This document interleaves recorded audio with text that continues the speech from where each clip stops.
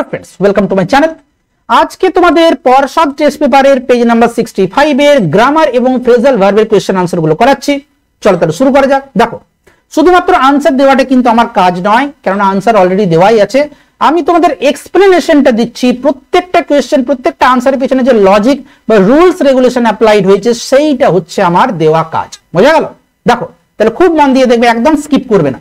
দেখো তাহলে এখানে কি কোশ্চেন দেখতে পাচ্ছ, শুরুতেই দিয়েছে অ্যাপ্রোপ্রিয়েট প্রিপোজিশন, তারপরে দিয়েছে অ্যাপ্রোপ্রিয়েট ভার্ব ফর্ম। সাধারণত কি করা হয়, ভার্ব ফর্মে কোশ্চেন আগে দেওয়া হয়। ওকে, দেখো তাহলে দুটো ক্ষেত্রেই কিন্তু আমি তোমাদের বারবার বলি যে প্যাসেজটা পুরো ভালো রকম ভাবে পড়বে, মিনিংটা ভালো রকমের বোঝার চেষ্টা করবে। ওকে, ওখানেই কিন্তু তোমার 80 to 90% যে উত্তরটা লুকিয়ে আছে।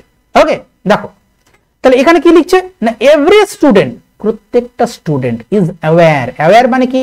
অ্যাওয়্যার মানে হচ্ছে সচেতন। Every student is aware dash the fact. The fact, fact মানে হচ্ছে বিষয়, তার মানে প্রত্যেকটা স্টুডেন্ট এই বিষয়ে অ্যাওয়্যার মানে সচেতন, দ্যাট যে কি না হার্ড ওয়ার্ক পরিশ্রম ইজ ড্যাশ কি ড্যাশ সাকসেস। এখানে কি হবে আনসার? এখানে হবে every student is aware of the fact that. খেয়াল রাখবে, অ্যাওয়্যারের সাথে কিন্তু অ্যাপ্রোপ্রিয়েট প্রিপোজিশন সব সময় অ্যাওয়্যার অফ হয়। ওকে, তাহলে every student is aware of the fact that hard work is the কি, চাবিকাঠি কিসের? সাকসেসের, সাফল্যের। কিন্তু এখানে অফ হবে না, এখানে হবে কি টু সাকসেস। এটা বিশেষ একটা ফ্রেজ, এটাকে আমরা কি অফ সাকসেস বলতে পারবো না, যদিও বাংলাতে এর কথাটা আছে। ওকে, ঠিক আছে, এখানে আমাকে কিছু করার নেই, কি টু সাকসেস বলতে হবে, কারণ এটাকে বলা হয় অ্যাপ্রোপ্রিয়েট প্রিপোজিশন, মানে এই ক্ষেত্রে এই প্রিপোজিশনটাই বসাতে হবে। ওকে, অন্য কিছু মানে চলবে না। নেক্সট দেখো, অ্যাপ্রোপ্রিয়েট ভার্ব ফর্মস দিয়েছে। এটার ক্ষেত্রেও আমি তোমাকে প্রত্যেকটা ভিডিওতে বলছি যে পুরো প্যাসেজটা ভালো রকম ভাবে পড়বে। এমন নিশ্চয়ই কিছু হিন্ট দেওয়া থাকবে যেটা দ্বারা তুমি বুঝতে পারবে যে পুরো প্যাসেজটা কোন টেন্সে লেখা আছে, পাস্টে নাকি প্রেজেন্টে। ওকে, দেখো তাহলে কি বলছে, when মিসেস গুপ্তা, যখন মিসেস গুপ্তা ড্যাশ রিটার্নড নাকি had returned home, she noticed। দেখো মিস্টার গুপ্তা, এখানে মিস্টার গুপ্তার এন্টার করা মানে প্রবেশ করার কথা বলা হচ্ছে তার হাউস, তার বাড়িতে।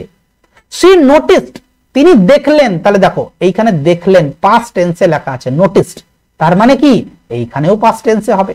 ওকে, তাহলে রিটার্ন তো হবে না, আর এখানে রিটার্নড আছে আর হ্যাড রিটার্নড আছে, কোনটা হবে? এখানে হবে রিটার্নড। ওকে, কেন হ্যাড রিটার্নড হবে না সেটা আমি একটু পরে বলছি। তাহলে প্রথম আনসার হচ্ছে when Mrs Gupta returned home.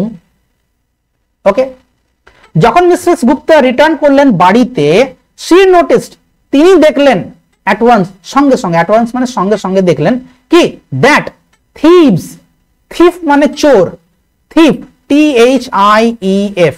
Okay, thief মানে হচ্ছে চোর, তার বহুবচন প্লুরাল হচ্ছে thieves। ওকে, thieves। তাহলে দেখো কি বলছে, thieves ড্যাশ এন্টার। দেখো এটা তো প্রেজেন্ট হচ্ছে, এটা তো হবেই না। হ্যাভ এন্টার্ড মানে কি প্রেজেন্ট পারফেক্ট, এটাও হবে না। তাহলে এখানে হবে হ্যাড এন্টার্ড, কিন্তু এন্টার্ড দিল না কেন? তাই তো হ্যাড এন্টার্ড।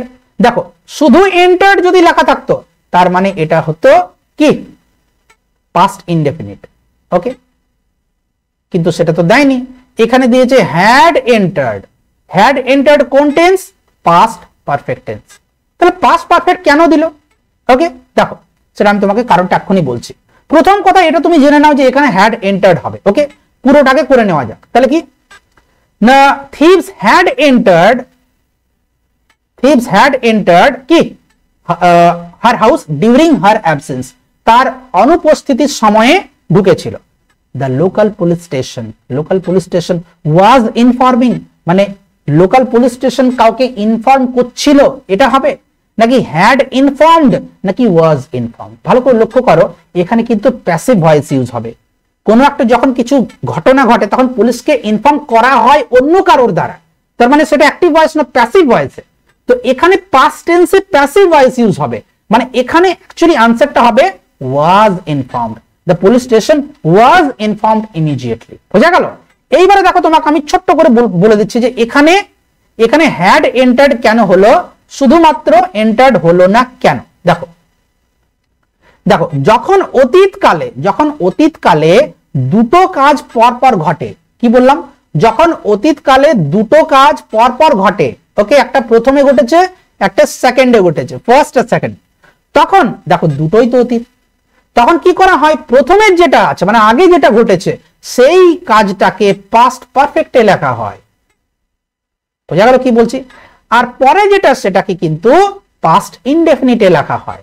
ওকে, নিশ্চয় তোমরা এইরকম বাক্য পড়েছো যে আমি স্টেশনে পৌঁছানোর আগেই ট্রেনটি ছেড়ে দিয়েছিল, তাই না, তখন কি হয়, দ্য ট্রেন, যেহেতু ট্রেনের ছেড়ে দেওয়াটা আগে ঘটেছিল, তাই তো, দ্য ট্রেন হ্যাড লেফট, ছেড়ে দিয়েছিল, তাই না, লেফট অথবা ডিপার্টেড বলতে পারো, দ্য ট্রেন হ্যাড লেফট, দেখো পাস্ট পারফেক্ট, বিফোর মানে আগে, কিসের আগে না, আই রিচড দ্য স্টেশন, দেখো দুটো কাজ এইখানে আছে, I reached the station, okay, I reached the station, তাহলে দেখো এইখানে একটা কাজ আর এইখানে একটা কাজ, এখানে ভার্ব টু মানে কি পাস্ট ইনডেফিনিট, আর এইখানে হ্যাড আর ভার্ব থ্রি, তার মানে কি এটা হচ্ছে কি পাস্ট পারফেক্ট, বোঝা গেল কি বলছি।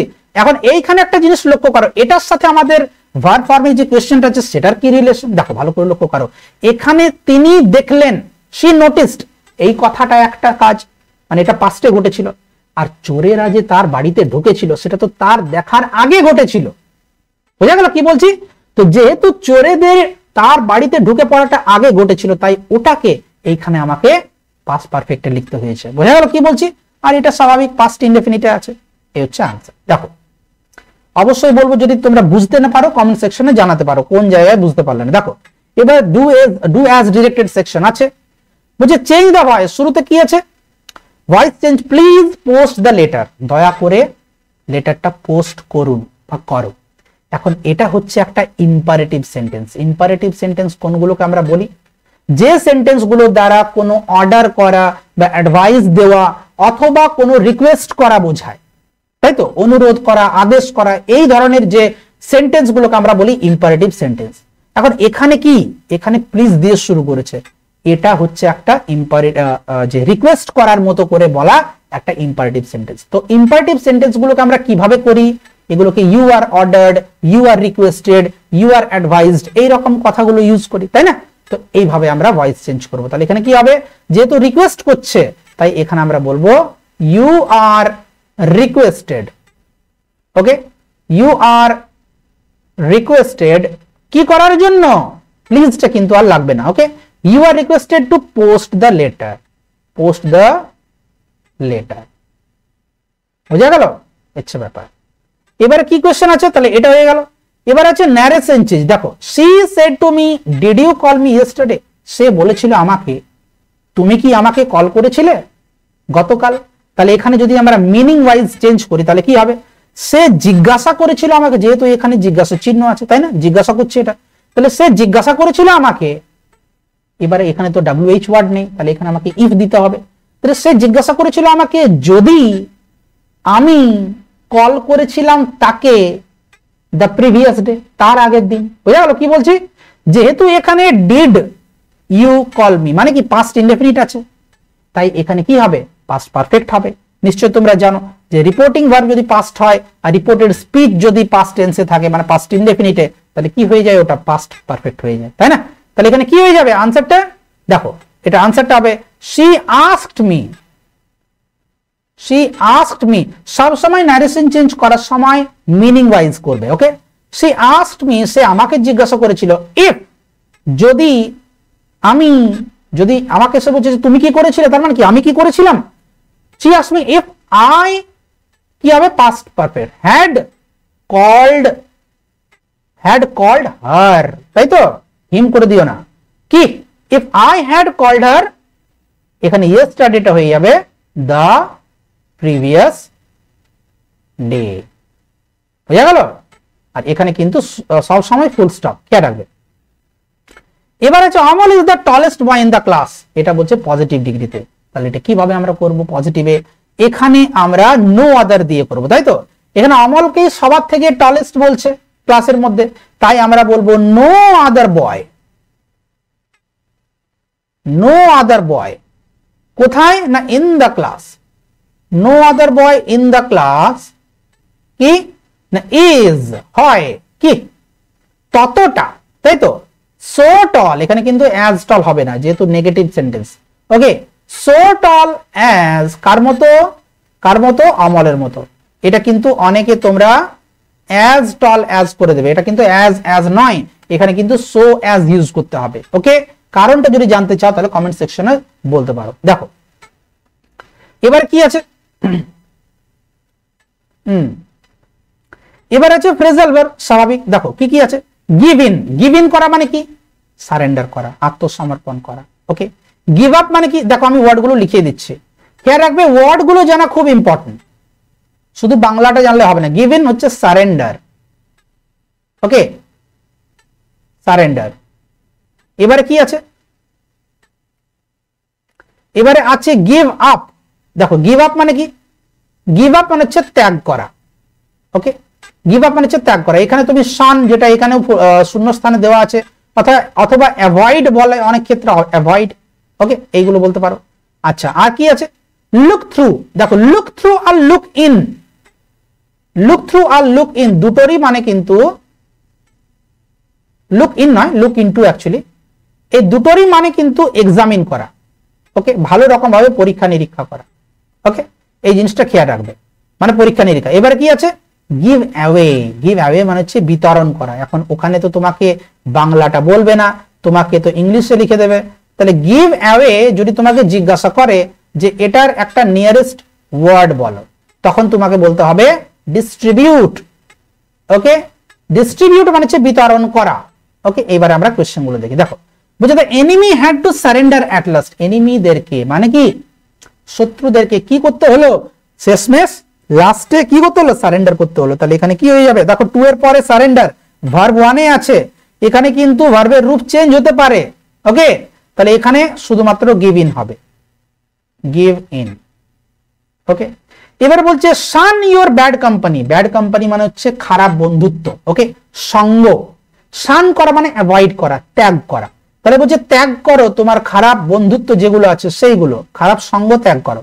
তাহলে এখানে কি হয়ে যাবে, গিভ আপ। দেখো এখানেও কোনো ভার্বের রূপ চেঞ্জ হলো না। ওকে, এবারে কি আছে, the headmaster distributed the prices.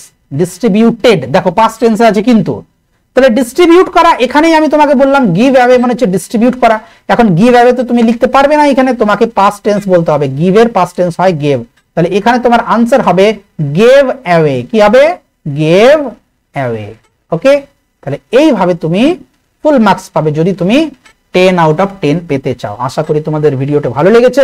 কেমন লেগেছে অবশ্যই কমেন্ট সেকশনে জানাও, এবং লাইক অবশ্যই করবে যদি ভালো লাগে ভিডিওটি, এবং সাবস্ক্রাইব করো নতুন যদি হও চ্যানেলে, এবং বন্ধুদের সাথেও শেয়ার করো ভিডিওটি। ওকে, নেক্সট ভিডিওতে দেখা হচ্ছে। চলো, থ্যাংক ইউ, বাই।